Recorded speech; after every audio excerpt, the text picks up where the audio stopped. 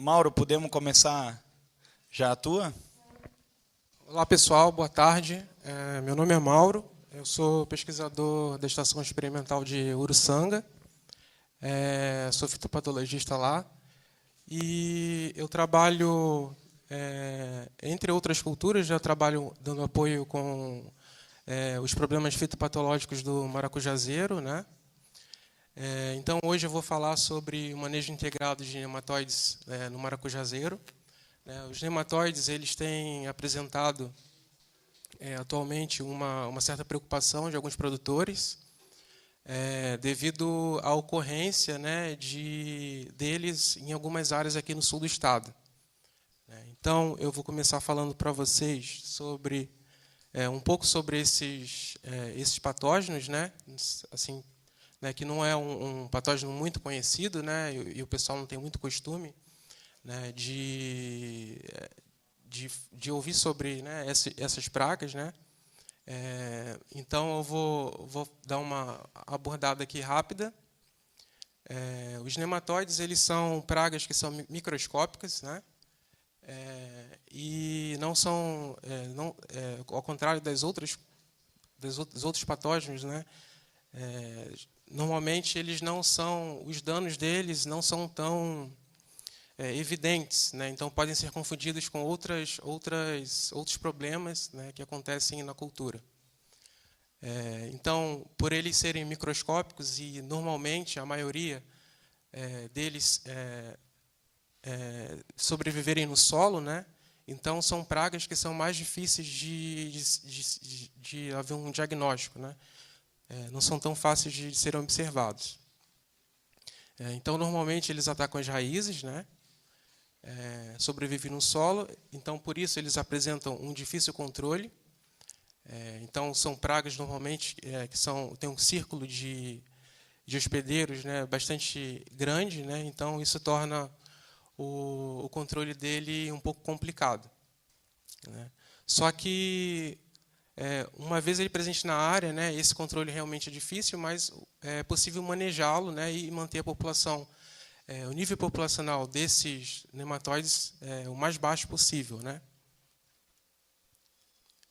Então, aqui para o maracujazeiro, os principais gêneros são os gêneros Meloidogene, né, e o gênero Pratilencos. Meloidogene já existe bastante trabalhos assim com relação à resistência, né, e já é bastante uma praga um pouco conhecida, né, um patógeno conhecido no maracujazeiro. E o gênero Pratilencos ele também já foi relatado, né? E é uma praga que tem uma importância secundária para a cultura. O Meloidogene ele é o mais importante, né? Porque ele apresenta os danos causados por esse gênero, né? São bastante severos. E dentro do gênero Meloidogene existem várias espécies, e sendo as principais as espécies Meloidogene incógnita e Meloidogene javanica, que normalmente ocorrem em maracujá. Então, como danos, né, eles causam, né, na parte aérea, eles causam um amarelecimento das plantas, né, uma redução do número de folhas. Em mudas, em populações elevadas, eles prejudicam muito o crescimento dessas mudas, né? As mudas não conseguem se desenvolver adequadamente, né? E no campo, seja pelo uso de mudas infectadas, seja pelo uso de mudas, ainda que sejam sadias, mas em áreas com bastante com nível populacional alto, né, de Meloidogene, essa planta ela não consegue se desenvolver adequadamente, né? Então isso vai causar uma redução da produção. Então, aqui só para exemplificar um pouco aqui o ciclo de vida, né, do Meloidogene. Meloidogene, a fêmea, né, ela produz ovos, né? Então desses ovos são eclodidos juvenis, né, que são chamados juvenis de segundo estágio, e são esses juvenis que vão migrar no solo e vão alcançar as raízes, né, e começar a causar os danos, né? Então normalmente eles penetram pela ponta das raízes, né, as raízes absorventes. né, e se estabelecem o seu sítio de alimentação próximo do cilindro central, né, próximo dos vasos condutores de seiva. Né, então, ali eles criam, né, um ambiente favorável para a sua alimentação. Né, então, são formadas o que é chamado de tecido nutridor, então, um conjunto de células que aumentam de tamanho, e o seu núcleo o seu núcleo sofre sucessivas divisões, só que a célula ela não acompanha essas divisões do núcleo, então elas aumentam de tamanho, né? E ao redor desse tecido nutridor, as células do córtex também elas vão se multiplicando, formando o que a gente vê como sintoma, né, na raiz, que são as galhas, né, que são esses engrossamentos.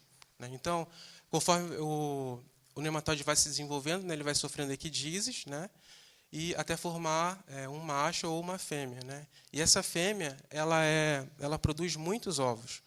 E uma fêmea pode produzir, em média, 500 ovos, apenas uma única fêmea. Então, a presença desse patógeno na área também é de difícil controle por causa dessa reprodução muito intensa, né, da fêmea, né, que produz essa quantidade imensa de ovos que ficam agrupados aqui em massas. Né, pode ser na parte externa da raiz ou na parte interna. Né, e o ciclo se inicia novamente.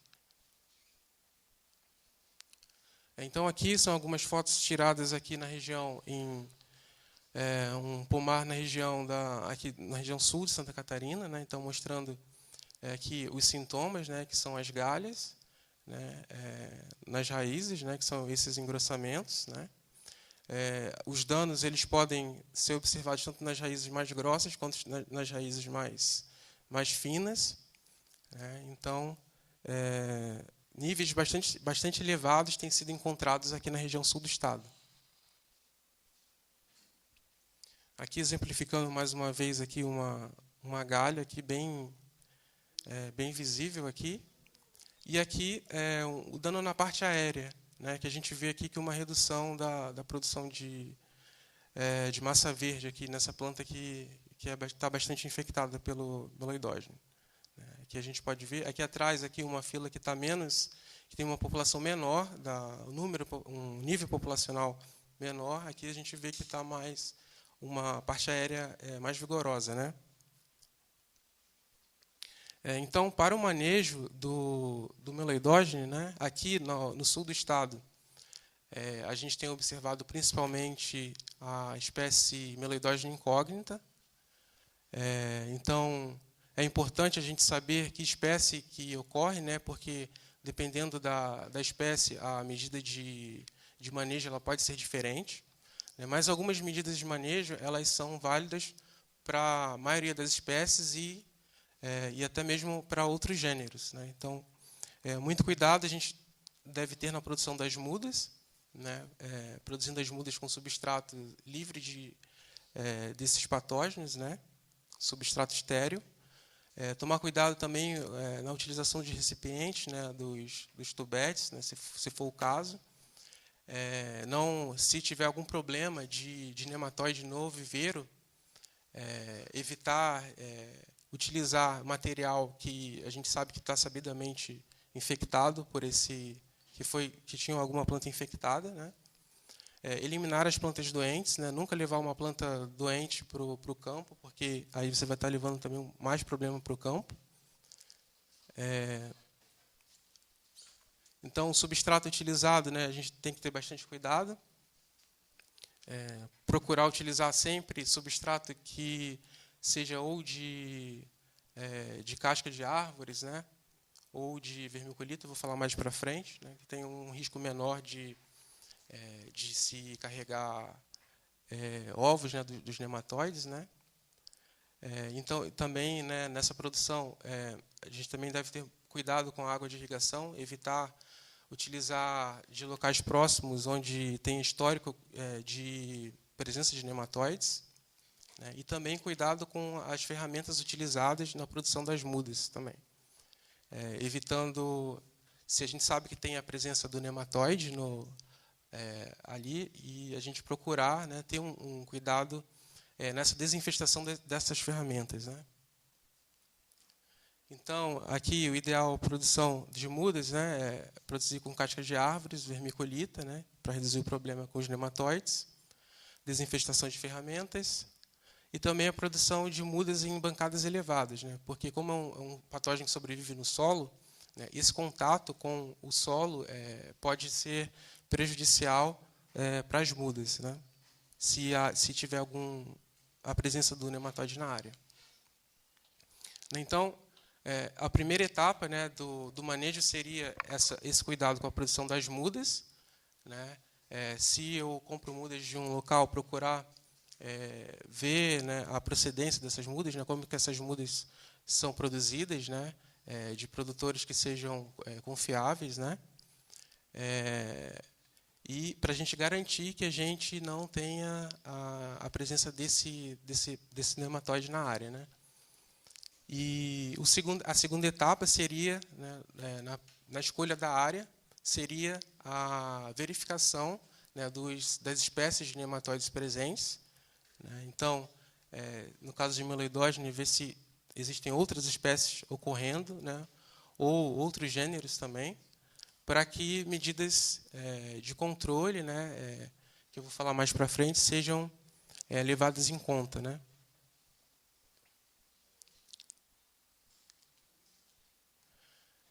Então, no plantio, né, a gente pode usar algum tipo de nematicida, só que não existem nematicidas químicos registrados para a cultura do maracujazeiro, né. Então, existe essa limitação, mas alguns nematicidas biológicos, existem nematicidas biológicos, né, que são registrados para controle de meloidógene, né, e outras espécies, né, outros gêneros, né, também, que podem ser utilizados no manejo de nematóides no maracujazeiro. Eu não sei, o Daniel comentou de manhã sobre alguns produtos que foram incluídos, mas eu não sei se tem algum nematicida, né, ainda não tem, né. Então, a alternativa, assim, numa área já infestada no início da produção, né, ou se eu estou ali, né, se eu já tenho uma área infestada, né, seria a aplicação de nematicidas biológicos, né. Então, dentre esses nematicidas, né, existe um que que o princípio ativo dele é um fungo, né, que se chama Psillomyces lilacinus, que o produto comercial é o Nemate, né, mas existem... então, ele é registrado para meloidógene incógnita nas culturas da alface e da soja, mas eles podem ser utilizados, né, para o alvo, né, na cultura do maracujá. Se eu estou enganado, Daniel, faz me... Então, aqui até eu tirei esse esse slide aqui eu tirei da bula do produto, né? Então, ele fala que pode ser utilizado em qualquer cultura, desde que ocorra o alvo na área, né? Então, aqui, a respeito da aplicação, recomenda-se que deve ser utilizada apenas uma aplicação do produto no momento do transplantio das mudas. Então, esse fungo, ele é um fungo interessante porque ele parasita ovos, né, de meloidógene. Ele utiliza a quitina presente no ovo, né, para se multiplicar, né. Então, ele ataca diretamente aquelas massas de ovos, né, que são produzidas pelas fêmeas, né. Então, ele consegue, né, se manter ali na área, né, e aumentando a sua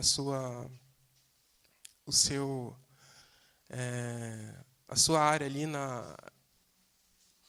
para controle do nematóide, né, vai se espalhando ali na área. Então, outros nematicidas biológicos são registrados no mapa, né. Então, eu fiz uma busca rápida ontem. Existem 11 nematicidas registrados. Então, os princípios ativos desses nematicidas ou são bacilos, na sua maioria, e tem um que o princípio ativo é um fungo que se chama Poconia chlamydospora. O bacillus é uma bactéria. Então, existe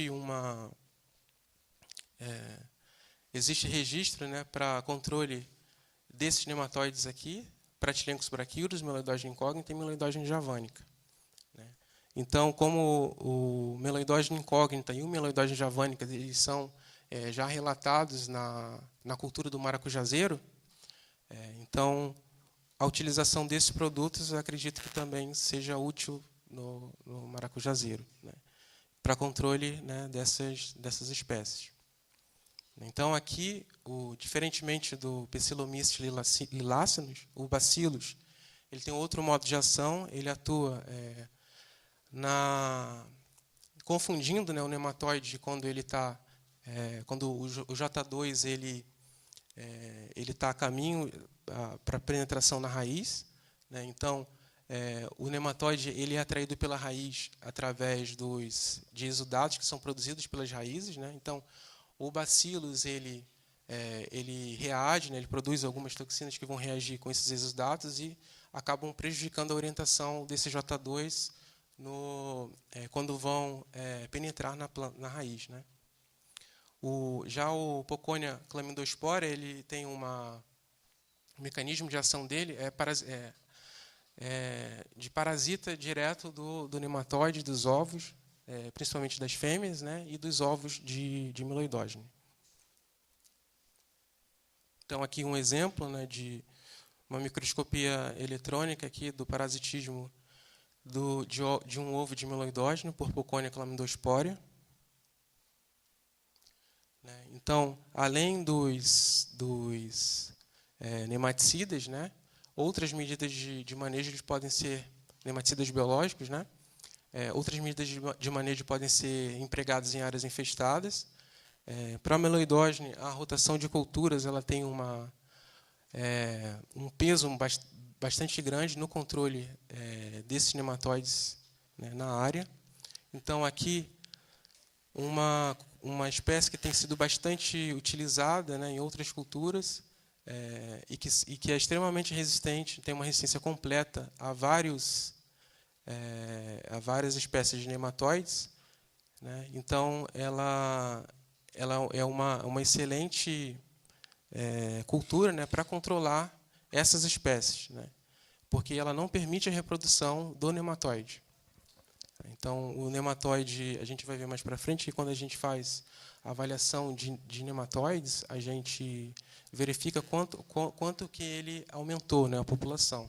E essa espécie, ela proporciona a redução da população. Então, você tem uma população inicial, a planta crotalária, e no final eu vou ter menos do que tinha no início. Então, só que a gente tem um problema, né, de uso da crotalária em maracujá por causa da virose do vírus do endurecimento do fruto, né? Então, tem outras opções, né, que são mais adequadas pensando no manejo da virose do maracujazeiro. Então, aqui são uma lista de algumas culturas, né, e as suas reações a diferentes espécies de nematóide. Então, aqui só gostaria de destacar a Meloidogene javanica e Meloidogene incógnita, que são mais importantes para o maracujá. Então, as braquiárias, normalmente, elas são resistentes ou não hospedeiras do Meloidogene javanica e do Meloidogene incógnita. O mileto ele apresenta uma reação variável à Meloidogene javanica e Meloidogene incógnita, ou seja, isso significa que algumas cultivares elas podem ser resistentes e outras são suscetíveis, né, a ambas espécies. E o milho, principalmente, tem uma reação variável à Meloidogene javanica. Então, aqui, só para exemplificar a reação aqui de Meloidogene javanica a diferentes híbridos de milho e a Meloidogene incógnita. Como eu tinha falado para vocês, né, a avaliação de resistência é feita verificando o aumento populacional. Então, normalmente a gente faz uma inoculação conhecida algum nível conhecido de nematóides, né, no experimento, e ao final a gente avalia se esse número aumentou ou não, e a gente faz uma relação da população final e da população inicial para ver quanto que aumentou. Então, aqui a gente vê que para a Meloidogene javânica existem alguns híbridos que são resistentes, né, e outros são suscetíveis, né, aumentaram a população de Meloidogene javânica. E para a Meloidogene incógnita, como a gente viu no slide anterior, essa variação não ocorre, né? Então, a maioria, né, dos híbridos, né, pelo menos aqui nesse trabalho, são suscetíveis à amiloidogene incógnita, né? Então, é mais difícil controlar a amiloidogene incógnita por meio de rotação de culturas do que a amiloidogene javânica. E aqui a Crotalaria spectabilis, né, como esperado, não aumentou a população de nenhuma das duas espécies. Então, a gente falou do mileto, né, que pode ter uma reação variável, né? Então, ele tem algumas vantagens do uso do mileto como cultura de cobertura, né, além do controle de nematóides, né? Então, por isso que é importante a gente identificar a espécie que está ocorrendo na área para que a gente possa escolher a variedade de mileto ou de outra espécie, né, para que a gente possa fazer esse controle, né? Porque se a gente, por exemplo, não fizer essa identificação, a gente pode achar que tem uma espécie, né? Por exemplo, tem amiloidogene javânica, se eu considerar que somente é amiloidogene, mileto funciona, né? Eu posso estar escolhendo uma variedade que seja suscetível, né? E ao invés de melhorar, controlar o problema, eu vou aumentar ainda mais o problema na área, né? Então, é bastante importante o conhecimento da espécie que está ocorrendo na área. Então, escolhendo a variedade correta, né, existem outras vantagens do uso do mileto, né, como cultura de rotação em áreas muito infestadas, né? Então, ele tem grande produção de massa verde, né, ele cresce rapidamente, né? Então, isso vai fazer com que haja uma produção grande de palhada, né, depois, quando ele for cortado, né? Então, essa palhada ela vai favorecer, vai diminuir as variações de temperatura e umidade do solo, né? E vai proporcionar também uma maior teor de matéria orgânica, né? A matéria orgânica ela vai ajudar também no aumento da população de inimigos naturais do nematóide, né? Então, é bastante importante essa manutenção da matéria orgânica. Protege contra a erosão, né? Ajuda na reciclagem de nutrientes e também pode auxiliar no controle de plantas daninhas, reduzindo a aplicação de herbicidas também. Uma outra estratégia para a gente manejar nematóides em áreas infestadas é o uso de cultivares resistentes. Então, é uma medida de manejo bastante desejada, né, porque não necessita de nenhuma aplicação, nenhum gasto adicional com algum produto, né? Então, seria uma medida de manejo ideal e é a que tem o maior impacto no controle dos nematóides, né? Então, se a gente tiver uma cultivar resistente, né, ou seja, com uma resistência completa, né, a gente não vai estar aumentando a população do nematóide na área, e sim vai estar reduzindo, né? Então, o impacto é bem grande, né, comparado com os nematicidas biológicos que não têm uma eficiência, que pode não ter uma eficiência muito elevada, né? Então, a gente tem alguns genótipos que já foram testados na literatura, né, para Meloidogene incógnita e Meloidogene javânica, e algumas espécies também diferentes de maracujá, né, que apresentam essa resistência à meloidógene, né? Só que algumas ainda não apresentam uma característica agronômica desejável, né? Então, é um desafio para o melhoramento genético, né? A gente que está trabalhando agora, começando a trabalhar com esse patógeno em maracujá, né? É um desafio também para a gente, né? Desenvolver e lançar cultivares, né, que tenham esse interesse comercial e que sejam resistentes aos principais nematóides que ocorrem no maracujazeiro, principalmente Myloidogene incógnita e Myloidogene javanica.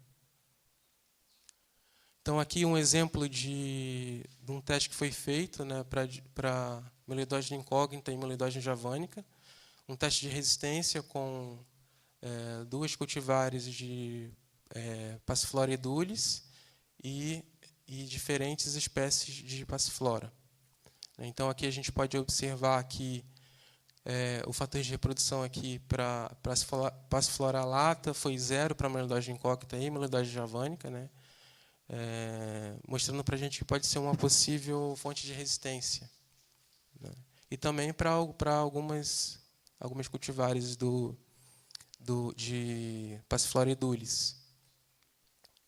Então, aqui a gente também vê baixo fator de reprodução para Passiflora cincinata e aumento populacional para a Myloidogene incógnita dessas outras espécies aqui. Então, essas aqui seriam menos interessantes, né, no caso do melhoramento genético, né? E para a Myloidogene javanica, a gente tem mais essa espécie, Passiflora cetácea, que apresentou essa resistência ao nematóide. Então, aqui mais uma vez, né, mostra para a gente a importância, né, de se identificar a espécie, né? Porque, dependendo da espécie, a reação, né, pode ser diferente, né, aos nematóides. Então, aqui seria, como eu falei, né, as vantagens são que não onera o custo de produção, né, e as cultivares resistentes, elas vão podem até proporcionar alguma redução da produção, né, por ser comparado com uma cultivar que é bastante produtiva, mas que não tem a presença do nematóide na área, né, mas devido ao fato de que, comparando 2 áreas infestadas e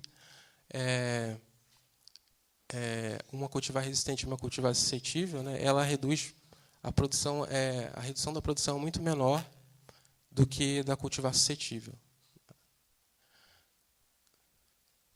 Então, assim, o que eu tinha para falar para vocês sobre o manejo de nematóides na cultura do maracujá é isso.